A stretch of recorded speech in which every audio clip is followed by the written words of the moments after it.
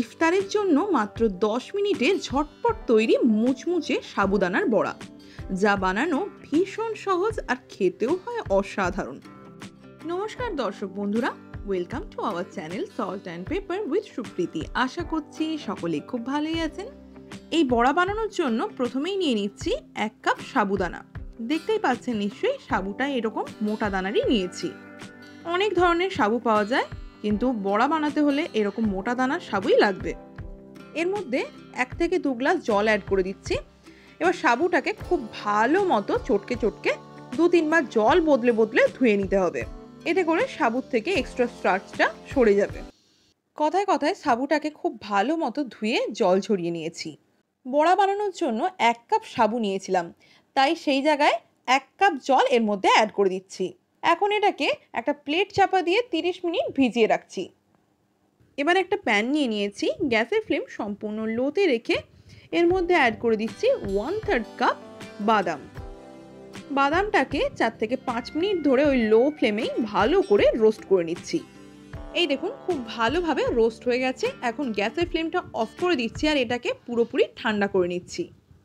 বাদাম ভালোভাবে ঠান্ডা হয়ে গেছে, এটাকে একটা পাত্রের মধ্যে নামিয়ে নিচ্ছি। এবার হাতে করে এরকম চেপে চেপে, মানে একটু ঘষে ঘষে বাদামের খোসাগুলোকে ছাড়িয়ে নিতে হবে। খুবই ইজি। বাদাম কিন্তু ভালোভাবে না রোস্ট হয়ে থাকলে খোসা কখনোই ছাড়ানো যাবে না, সেই জন্য লো ফ্লেমে একটু ভালো সময় ধরে বাদামটাকে ভেজে নিতে হবে। এই যে কথায় কথায় বাদামের খোসাগুলো খুব ভালো করে ছাড়িয়ে পরিষ্কার করে নিয়েছি।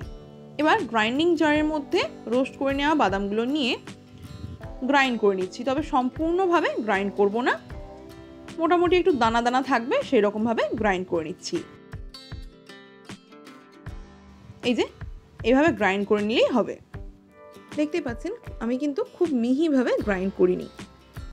আধ ঘন্টা সম্পূর্ণ হয়েছে, সাবুদানাটাও খুব ভালোভাবে ভিজে গেছে। এই যে জলটা পুরো সোক করে নিয়েছে।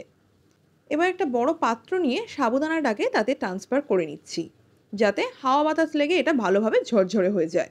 10 মিনিটের জন্য এটাকে এভাবে রেখে দিচ্ছি। রোস্ট করে গ্রাইন্ড করে নেওয়া বাদাম এর ওপর দিয়ে দিচ্ছি স্বাদ অনুযায়ী লবণ, 1/2 টিস্পুন চিনি, 2 টেবিলস্পুন ধনেপাতা কুচি, 1 টেবিলস্পুন কাঁচা লঙ্কা কুচি। ঝালটা কিন্তু অবশ্যই নিজের প্রয়োজন বুঝে অ্যাড করবেন। 1/2 টেবিলস্পুন গ্রেট করে নেওয়া আদা, 1/2 টিস্পুন গোটা জিরে, 1/3 টিস্পুন জোয়ান, 1/2 টেবিলস্পুন পাতিলেবুর রস। সবশেষে দিয়ে দিচ্ছি 1/2 কাপের মতো ম্যাশ করে নেওয়া আলু। এবার সব কিছুকে খুব ভালো মতো মিশিয়ে নিচ্ছি, তবে খুব তাড়াহুড়ো করে বা চটকে চটকে মাখালে হবে না, এতে করে সাবুদানা কিন্তু ভেঙে যাবে। তাই হালকা হাতে সব কিছুকে ভালোভাবে মেখে নিচ্ছি। কথায় কথায় সব কিছুকে সুন্দরভাবে মেখে নিয়েছি। এবার বড়া বানাবো, তাই জন্য একটা বাটির মধ্যে নর্মাল জল নিয়ে নিচ্ছি সামান্য, অল্প অল্প করে মিশ্রণ থেকে নিচ্ছি আর এরকম গোল্লা করে নিচ্ছি। এক একটা গোল্লা করে এগুলোকে একটা প্লেটের মধ্যে সরিয়ে রাখছি, এতে করে কিন্তু কাজটা করতে অনেকটা সুবিধা হবে। এভাবেই পুরো মিশ্রণ থেকে অল্প অল্প করে নিয়ে এরকম বলের মতো করে বানিয়ে সাইডে রেখে দিতে হবে। সব মিশ্রণ থেকে এতগুলো বল রেডি হয়ে গেছে। আরও একটা প্লেট সাইডে নিয়ে নিয়েছি। হাতের তালুতে সামান্য জল লাগিয়ে নিয়ে হালকা হাতে চেপে চেপে বড়ার আকৃতি দিয়ে নিচ্ছি। এই দেখুন, সুন্দর একটা বড়া রেডি হয়ে গেছে। এইভাবেই কিন্তু সব বলগুলো থেকে বড়াগুলো বানিয়ে নিতে হবে। খুবই ইজি।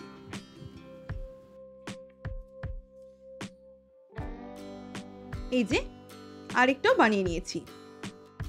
প্রথম ব্যাচের জন্য বেশ কটা বড়া বানিয়ে নিয়েছি। সবগুলো একসাথে বানাচ্ছি না, কারণ অল্প অল্প করে ভাজবো আর গরম গরম পরিবেশন করব। এগুলো কিন্তু গরম গরম সার্ভ করলেই খেতে বেশ মজা লাগবে। বড়াগুলো ভাজার জন্য কড়াইতে আগেই তেল নিয়ে ভালো করে গরম করে নিয়েছি। গ্যাসের ফ্লেম মিডিয়াম টু হাই রেখে আস্তে আস্তে বড়াগুলো তেলের মধ্যে দিয়ে দিচ্ছি।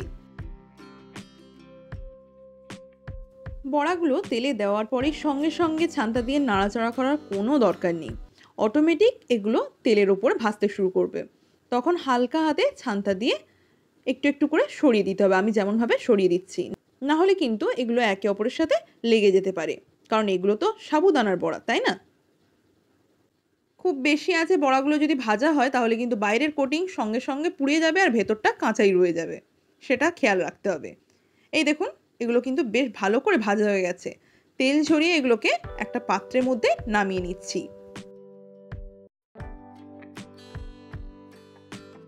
পরের ব্যাচের বড়াগুলোকেও ভেজে নিচ্ছি। গ্যাসের ফ্লেমটা ওই মিডিয়ামেই থাকছে। এগুলোও ভাজা হয়ে গেছে, এগুলোকেও তেল ঝরিয়ে একটা পাত্রের মধ্যে নামিয়ে নিচ্ছি। এগুলো সার্ভ করার জন্য একটা চাটনি বানাবো, তাই জন্য গ্রাইন্ডিং জার নিয়ে নিয়েছি। দিয়ে দিচ্ছি 5 থেকে 10 গ্রামের মতো ধনেপাতা, ওই একই পরিমাণ 5 থেকে 10 গ্রাম পুদিনা পাতাও দিয়ে দিলাম।